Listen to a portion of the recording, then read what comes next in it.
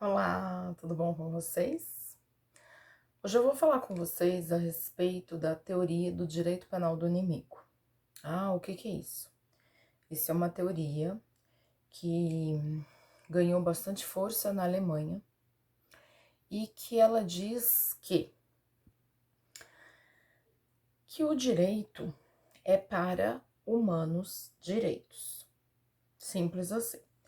Então, por exemplo, é permitido que você abra exceções na forma de atuação do direito quando você está lidando com inimigos da nação. Essa teoria, ela teve, o intuito de pensar, de refletir a respeito de crimes de guerra, de casos terroristas, né, que seriam casos, assim, bem mais graves. Então, seria permitido exceções ao direito, tá? Diante de inimigos da nação, inimigos da humanidade. Então, é por isso que é chamado direito penal do inimigo. A questão que fica é quem é o inimigo? Então, para que se saiba quem é o inimigo, normalmente as respectivas leis de segurança nacional estipulam quem é esse inimigo e que tipo de direitos vão ser sopesados, né? Vão ser diminuídos para esse inimigo. Vamos supor, o inquérito, num caso de um inimigo da nação, ele vai poder ter uma duração maior do que um inquérito comum. Essa pessoa vai poder ficar presa um tempo maior do que o preso comum. O que é que vai acontecer que vai diminuir os direitos do inimigo? Bom, essa teoria do direito penal do inimigo, ela normalmente ela é bastante aceita por pessoas que se dizem conservadoras, por pessoas que acreditam que os criminosos precisam de uma pena mais dura, de uma pena mais severa, de um julgamento mais severo, e que as regras que são aplicadas ao cidadão comum não devem ser as mesmas aplicadas aos criminosos contumazes, aos criminosos de colarinho branco, aos genocidas verdadeiros, né? E aos criminosos como, por exemplo, os terroristas, tá? Eu tenho a impressão de que hoje em dia nós temos um direito penal do inimigo sendo aplicado no Brasil de uma forma um pouco inversa.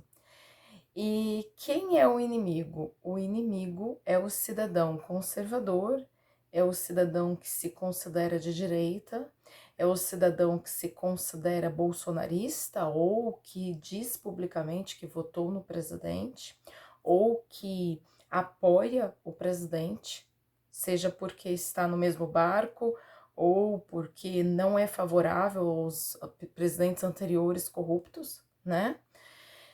Então, a impressão que eu tenho é que hoje no Brasil o direito penal do inimigo está sendo aplicado contra aquela pessoa que a teoria do direito penal do inimigo deveria defender. Essa é a impressão que eu tenho. Então, por exemplo, a censura não tem problema nenhum se ela é aplicada contra o conservador, que é o inimigo, né? A prisão ilegal não tem problema nenhum, desde que ela seja aplicada contra o inimigo. Quem é o inimigo? É o conservador, é aquele que está lutando pelos direitos e lutando por uma nação mais justa. A ditadura sanitária não tem problema nenhum se ela for aplicada contra o conservador, contra aquele que está lutando por uma vida mais justa dentro da legalidade, né? E todos aqueles casos absurdos que a gente vê que estão acontecendo de perseguição política e por crimes de opinião, não tem problema nenhum. Afinal de contas, eles estão sendo perpetrados contra o inimigo, que é o conservador, a pessoa que está lutando pelas regras sociais, por um Brasil mais justo. Então, houve uma inversão da aplicação do direito penal do inimigo. E todas aquelas pessoas que normalmente se posicionam à canhota, né, ao lado um pouco mais esquerdo, que são contrárias ao direito penal do inimigo, estão sendo favoráveis. Afinal de contas, o alvo dessas exceções do direito são as pessoas que se tendem a ficar um pouco mais à direita, né? É uma incongruência, é uma incoerência, né? É um desajuste que não tem tamanho, mas ele está acontecendo no Brasil e, segundo consta, não só no Brasil, mas parece que no Brasil a coisa tá pior nesse sentido, né? E aí fica a reflexão para vocês. Vocês são favoráveis ao direito penal do inimigo? Ou vocês só são favoráveis ao direito penal do inimigo desde que o inimigo seja uma pessoa conservadora que está lutando pelos nossos direitos e pela pátria? Eu vivo recebendo mensagens de pessoas anencéfalas nas redes sociais, né, que apoiam toda a censura que é praticada contra os conservadores, sem perceber que os próximos alvos serão elas mesmas, do controle social.